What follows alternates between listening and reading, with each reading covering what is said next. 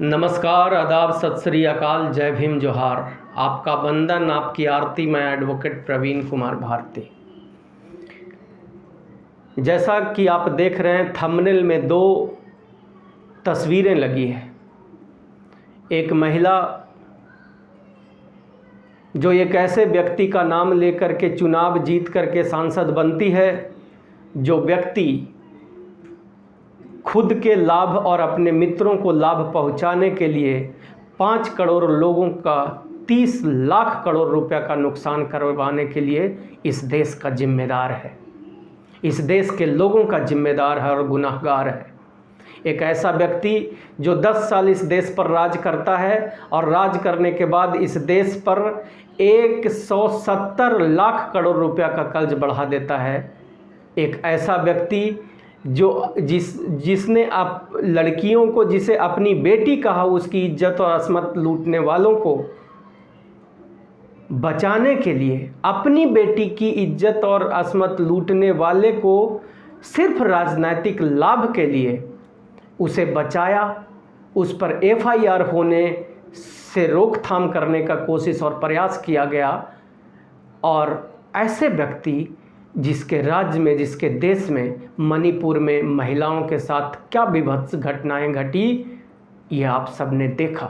तो ऐसे व्यक्ति का नाम लेकर के जीतने वाली कंगना रनावत की क्या हैसियत और क्या औकात की इस देश के किसानों और किसानों की महिलाओं को ये कह दे कि किसानों के धरना प्रदर्शन में बैठी हुई महिलाएं 100 रुपया लेकर के बैठती है, और तब इस देश की वीरांगना बेटी, इस देश का गौरव, इस देश का मान सम्मान बढ़ाने वाला, और उसका नाम सुन करके कुलविंदर कौर का आज हमारा फक्र से सीना चौड़ा होता है कि मेरी बेटी, मेरी बहन, उसने अपनी माँ, जो भारत माँ है, उस माँ की इज्जत और मान सम्मान को बढ़ाने के लिए वो अपने जान की कुर्बानी देने के लिए तैयार बेटी कैसे सह लेती उस माँ का अपमान जिसके कोख से वो पैदा होती है।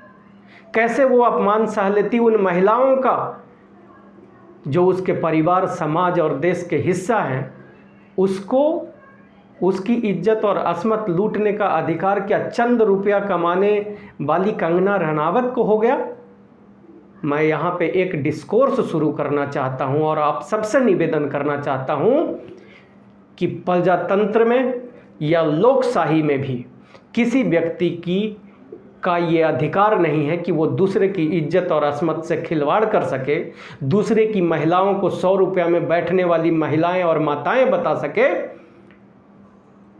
तो पैसा इम्पॉर्टेंट नहीं है, इज्जत और मान सम्मान इम्पॉर्टेंट है। भारत एक ऐसा देश हमेशा से रहा जिसने इज्जत, मान सम्मान और मानवता को तरजीह दी है। ऐसे समय में, आज के दौर में, इस देश में मानवता को स्थापित करना, न्याय को स्थापित करना और न्यायिक चरित्र को स्थापित करना हम सब की जिम्मेदारी बनती है।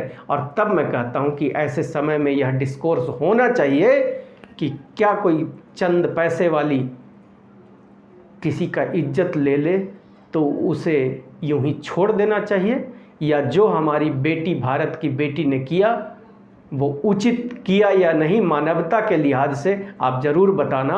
और मेरे हिसाब से उस बेटी कुलविंदर कौर को आने वाले समय में भारत देश के संसद में पहुंच करके इस देश की इज्जत और मान सम्मान को बढ़ाने के लिए इस देश को दिशा देनी चाहिए और इस देश के ऊपर उसको अपना इसके मान सम्मान को बढ़ाने के लिए काम करना चाहिए। बात सही लगे तो चैनल को शेयर और सब्सक्राइब जरूर कीजिएगा।